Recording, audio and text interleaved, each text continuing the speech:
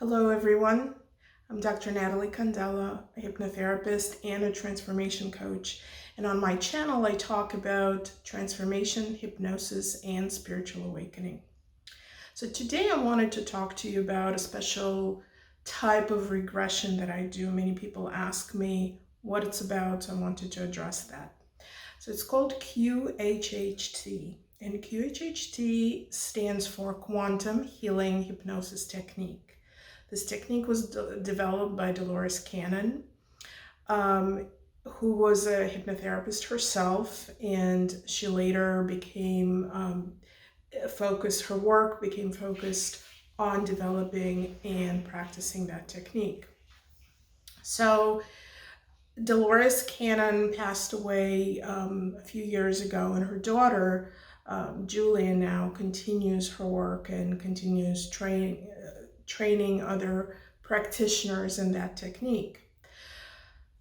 So what is QHHT about? Well, it's basically, it starts with a past life regression, and typically the client is able to go through 2 past lives if time permits, and if there is information forthcoming, to have the 2 reviews. And then after those 2 past lives are viewed or connect with the client's higher consciousness and or higher self, however you prefer to call it, and we ask questions. These questions are prepared by the client in advance, and I'll talk in a minute about kind of how we go through the session, but these questions are the ones that get posed to the higher self. And so they are answered through the client, but the client is kind of channeling the answers from the higher self.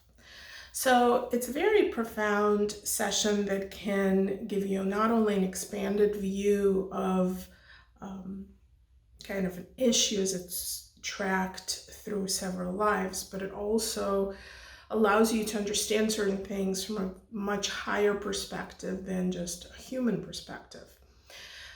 So let me talk about how the session is formatted, and that will also address what this session can achieve.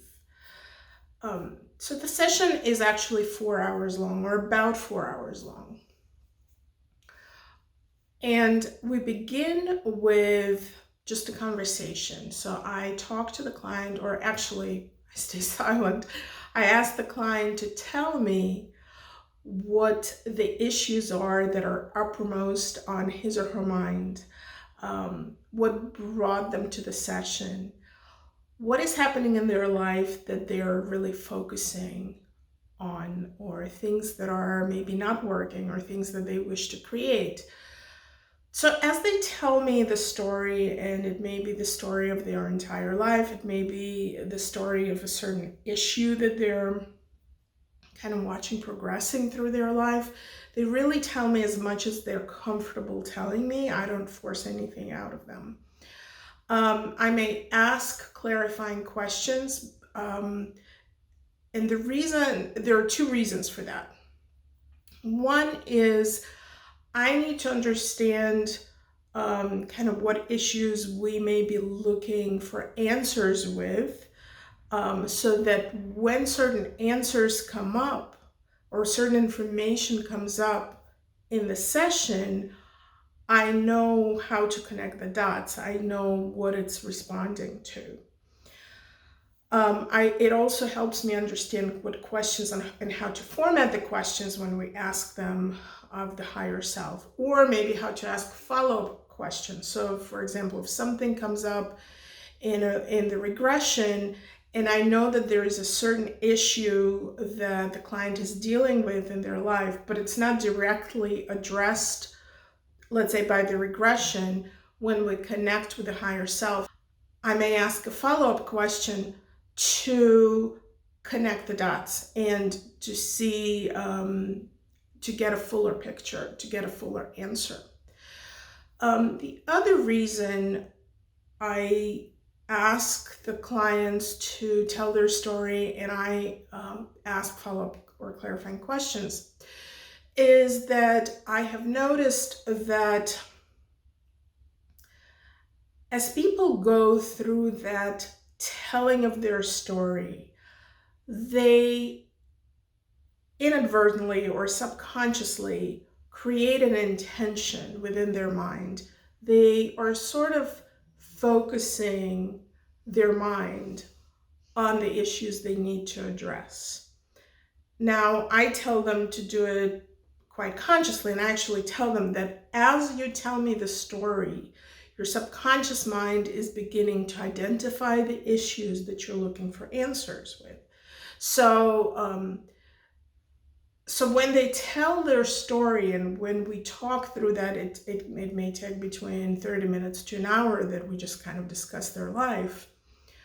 What is happening is their higher self or their subconsciousness is listening and begins to almost probably formulate a plan of their journey. It decides, okay, this person is looking for issue A and B, so we're going to take them to these two lives that will help them understand how those issues are connected, or how they have developed, where their origin is, and how to best address them. So by the time we're ready to go into hypnosis, the higher self already identified the path. Now, neither I nor the client know where we will end up and what we will see. I never force the path in any way. I never dictate where the client will go, because that's really not up to me. I'm just a guide on the journey that the client takes. But the higher self is listening, so it's the higher self that will then decide where to take them. So we talk, as I said, between 30 minutes to an hour. Then I address any concerns or any questions that the client may have, because it's very important to me that the client is comfortable. We talk about what hypnosis is and what it's not. And if you're interested, I have a video on that that you can find on my YouTube channel. We talk about the issue of control. Are they in control or are they not?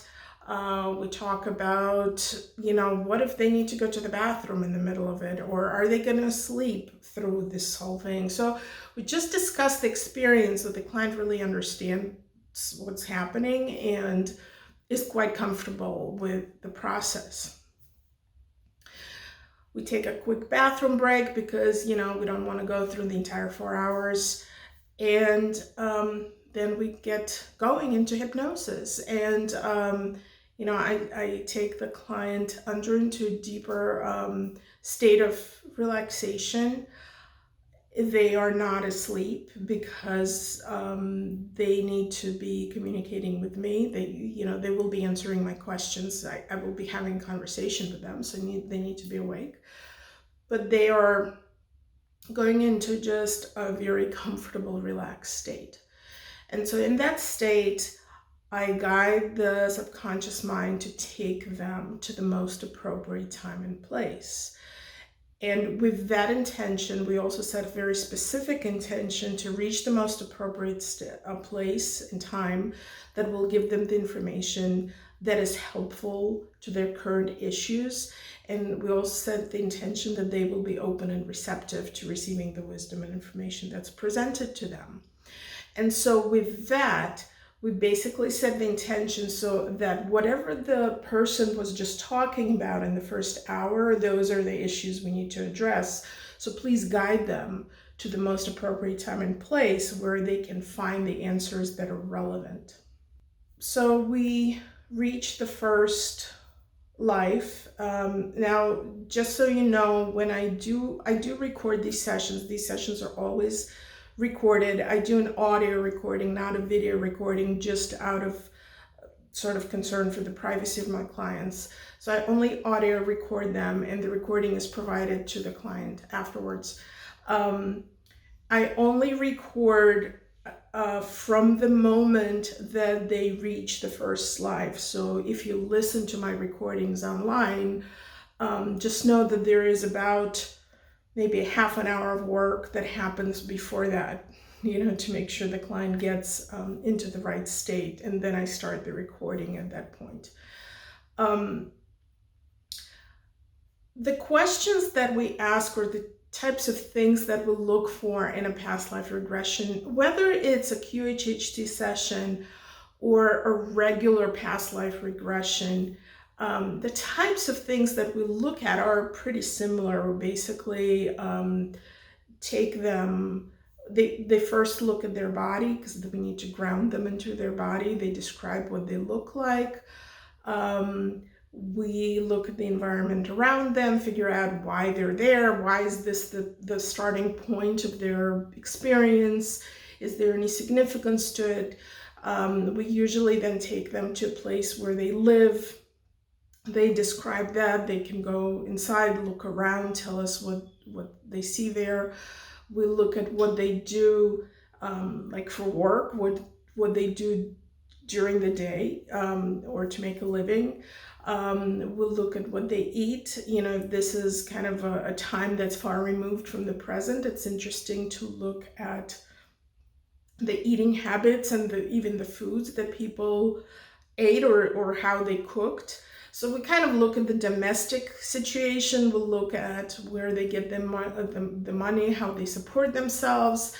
We'll look at their family structure, see if if they have a family, if they have kids, like what's happening in their life.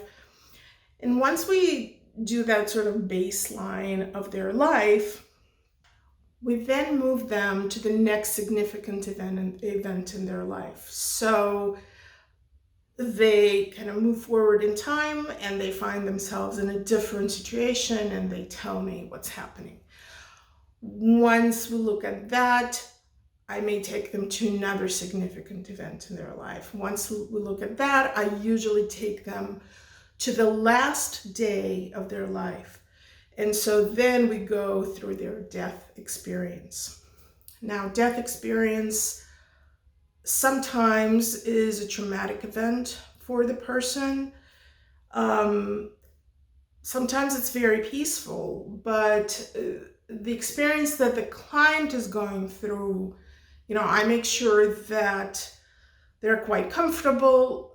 If it's traumatic, that they're observing it from the side. So I have never had anybody who was in any way traumatized or overwhelmed by their experience, no matter how violent or traumatic the actual death was. Their observation of it, or their experience of it in the regression, is quite peaceful, and then they receive suggestions afterwards when I bring them out of hypnosis that it's not going to bother them in any way. So they receive a number of sort of hypnotic suggestions and post-hypnotic suggestions that will make sure that the client is okay. So I've never had any issues with people going through a death experience. So once they come out of their first life, I take them above their body, and I take them to their spirit is lifted out of their body, and so their level of consciousness begins to rise. And so I have them look at the life they just left from a spirit perspective, so from a higher perspective. They look at the purpose that they had for their life. They also do basic evaluation. Well, did I do what I wanted to do? Am I satisfied with the outcome of my life? Or are there things that I have missed? Are there things that I could have done better? And it's kind of pretty brief. It just takes us a few minutes to just look at it, and then we let go and we move on. Then take them through a transition. And during that transition, one, I focus on some healing. If there was some trauma in the first life, for example, I just recently posted a session where a person experienced being in a World War II concentration camp, and being shot there to death. And so I felt like I really needed to do some healing as we left that experience. I didn't want to just kind of let it go. So I spent sometimes extra time doing some healing work, clearing work in that transition, making sure that they are good to go once we move on to the next life. This is not necessarily part of the traditional QHHT method as it is taught, just to clarify it, but this is the work that I do, that I incorporate as a hypnotherapist. And so then I take the client to the second life. Again, if you listen to my recordings, I've begun to collapse the transition, so you don't sit there and listen for 5 minutes of me just talking on and on. And so I kind of just shorten it, and I just show that we're transitioning. And then I bring the client to the second life, and we pretty much repeat the same pattern. Whatever I just said about the first life, we do the same review of the second life. Now, at this point, as I'm listening to it, I usually begin to hear patterns. So, for example, if the person has an issue, fear of commitment in personal relationships, which is one of the sessions that we had also, is one of my favorites. Then, from the first to second life, we will see that the main issues that are brought up by the client, as I take them and they basically tell me what's happening, it would be something about relationships and why there were difficulties with it, why there was either fear of commitment or fear of losing someone, why they stayed away from relationships altogether. And so by the time we finish the review of both lives, I kind of see that there are patterns happening. I see that most of the time. There are rare occasions when I really have a hard time sort of connecting the information that comes up, but I would say 100% of the time, even if I don't see it, the higher self will clarify the connection. So this is the point where we then connect with the higher self. I basically ask to connect with it. I ask if I may ask questions, and then I begin to pose the questions. And the questions are always first about the patterns that were presented in the two lives. I ask, why did you select those two lives? And so the higher self, through the client, explains what was the significance of reviewing those two lives, and it's always in response to the issues that we discussed prior to hypnosis, the issues that the client brought in. So we ask those questions, and then after that, I just go through my list. I don't go in order. I try to kind of make things, be meaningful. So if we talk about, let's say, purpose, then I'll include education questions or questions about improving skills, and then maybe we'll jump to relationships and family members and things like that. So I kind of work with the questions. I sometimes ask my own questions because I understand what the client is trying to achieve, and based on the information that was presented in the lives, I know how to ask specific questions, or I come up with a more specific question to pose. And so we go through all of these questions. And what I do at the end, once the questions are done, I do two things. One is we do a body scan, a health scan. I also am not sure if that's part of the traditional QHHT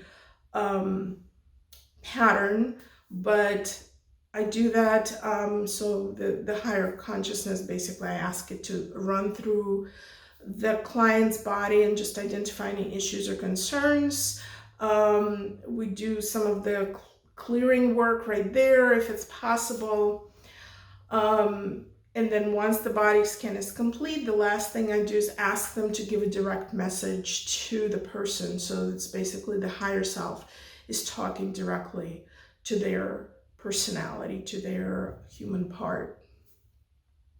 And so after that, we release the higher self, we release all the images, all the information that came, and the person travels back to the present moment. And it takes another about 10 minutes to kind of bring them up and get them out of their trance and bring them up to their awake level of consciousness.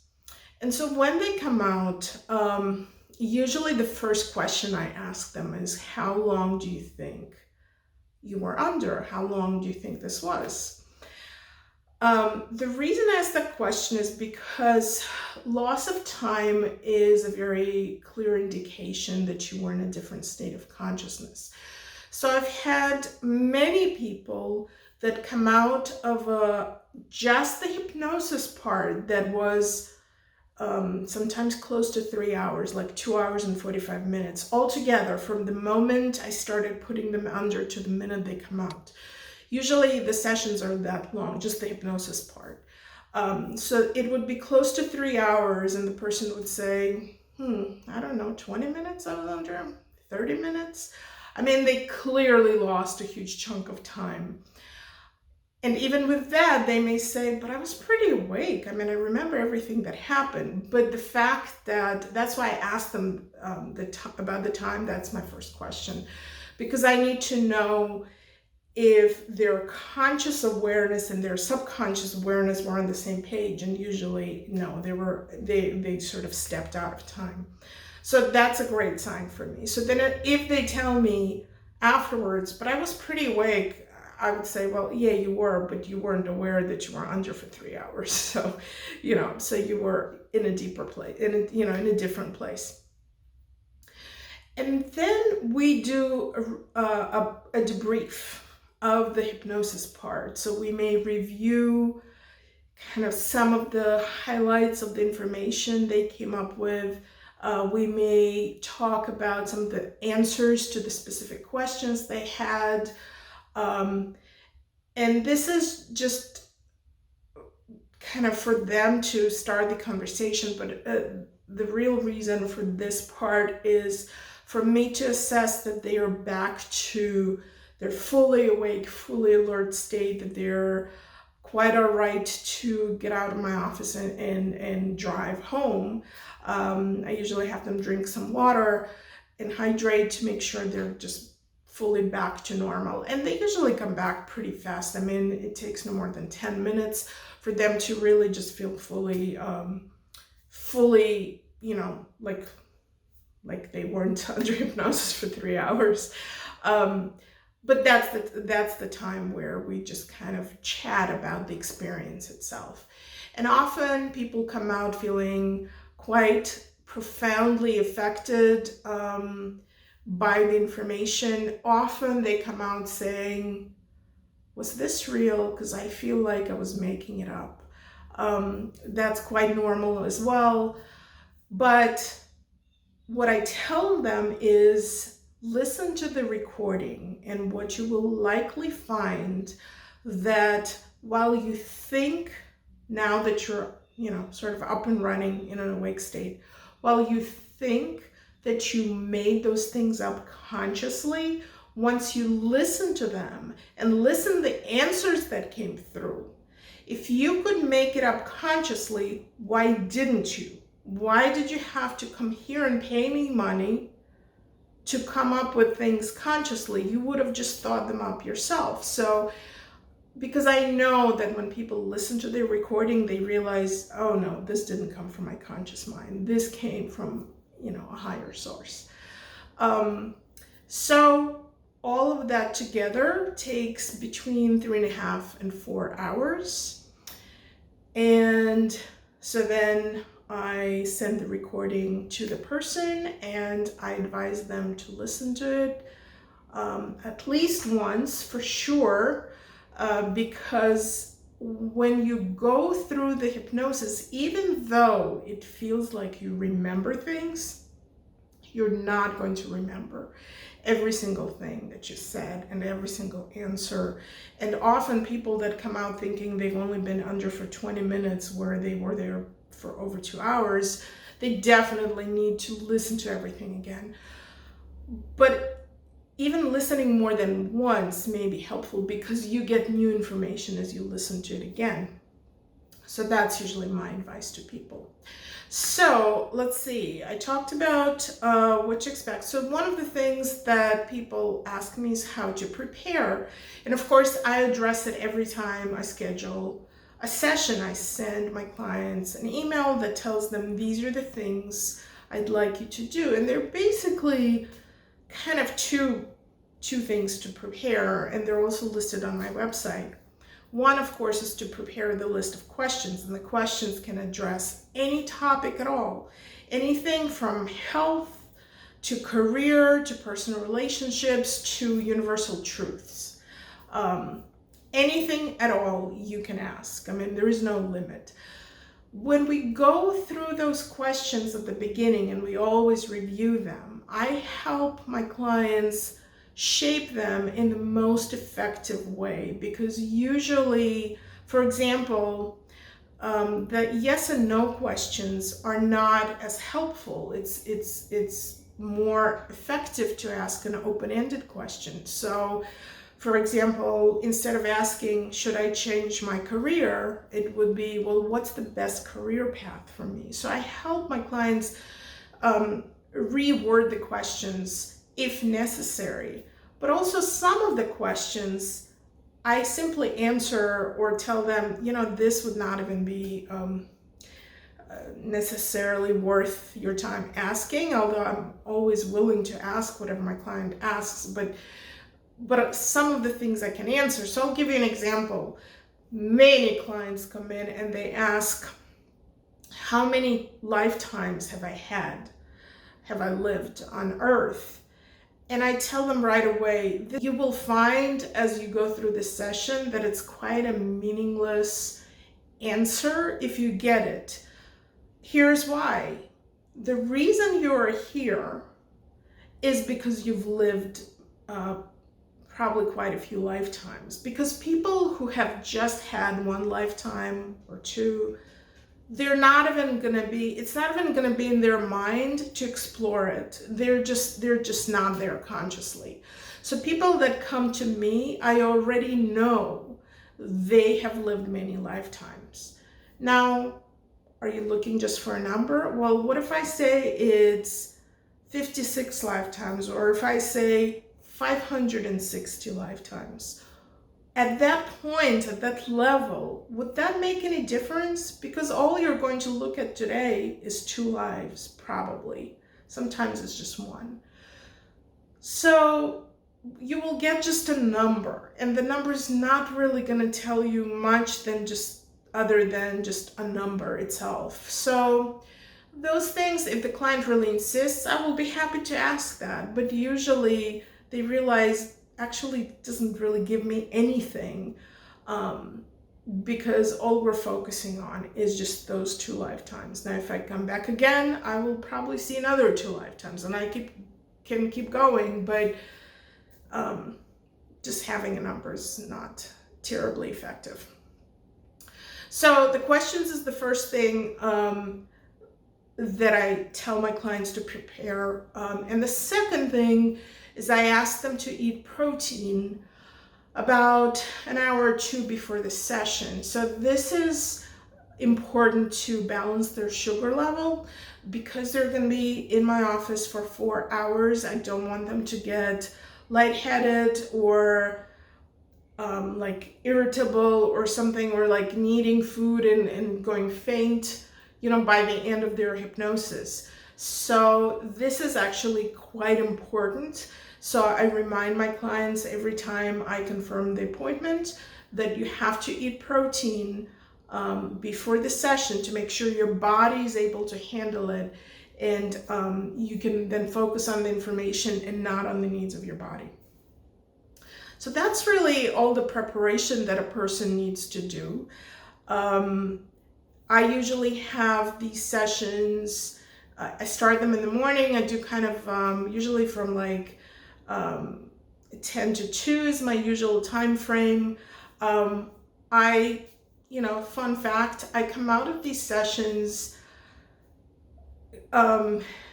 sort of quite still being in a trance myself, because as I go with a client and we stay in a hypnotic state for so long, it's very natural for me to go into a trance as well.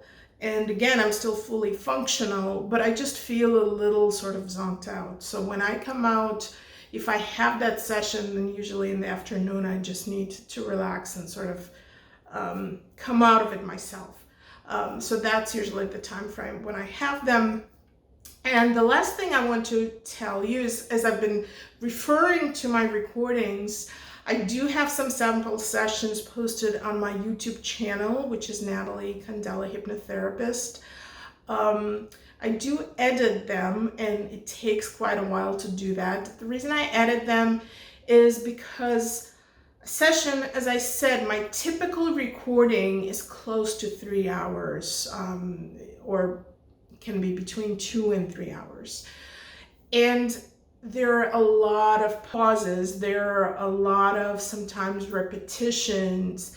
There are a lot of sometimes the client trying to sort of get their thoughts together, and so they speak in little chunks, little phrases until they get their thought out. So it's just sitting through a lot of getting the information very slowly out. And so out of respect for my viewers, I cut out all of those pauses and I just condense the recording. And I also put the subtitles because sometimes the voice of the client can be quite faint. I do have a microphone that I bought a bigger microphone and I put it right to their face. But clients can just whisper when they're in a deep trance.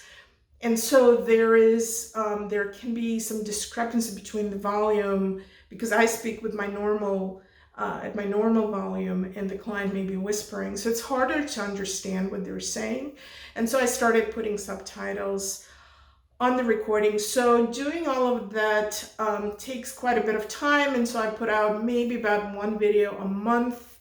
But I do have quite a few videos online. Again, it's an audio recording with some images and subtitles. And you're welcome to listen to some of them or look at them so you can get an idea of what a QHHT session is all about. And if you're interested in scheduling one and experiencing that for yourself, please get in touch with me or get in touch with any QHHT practitioner that is close to you. I should mention that Dolores Cannon insisted, and Julia now insist, that QHHT sessions must be done in person. I think it was just their personal preference. I mean, I understand that they had reasons for it, but that was very pre-COVID life, and now during COVID, everybody functions online. I do other types of regressions and other type of work online, and I find no issues with it whatsoever. However, out of respect for their rules, I only do QHHT sessions in person. And so if you live far away from me and you'd like to experience QHHT, then please search for a practitioner that can offer it to you in person within your area. So thank you very much for listening to me talking about QHHT. If you like my videos, please click thumbs up, leave a comment, and please subscribe and click on the bell so you can be informed of my future postings. Thank you very much.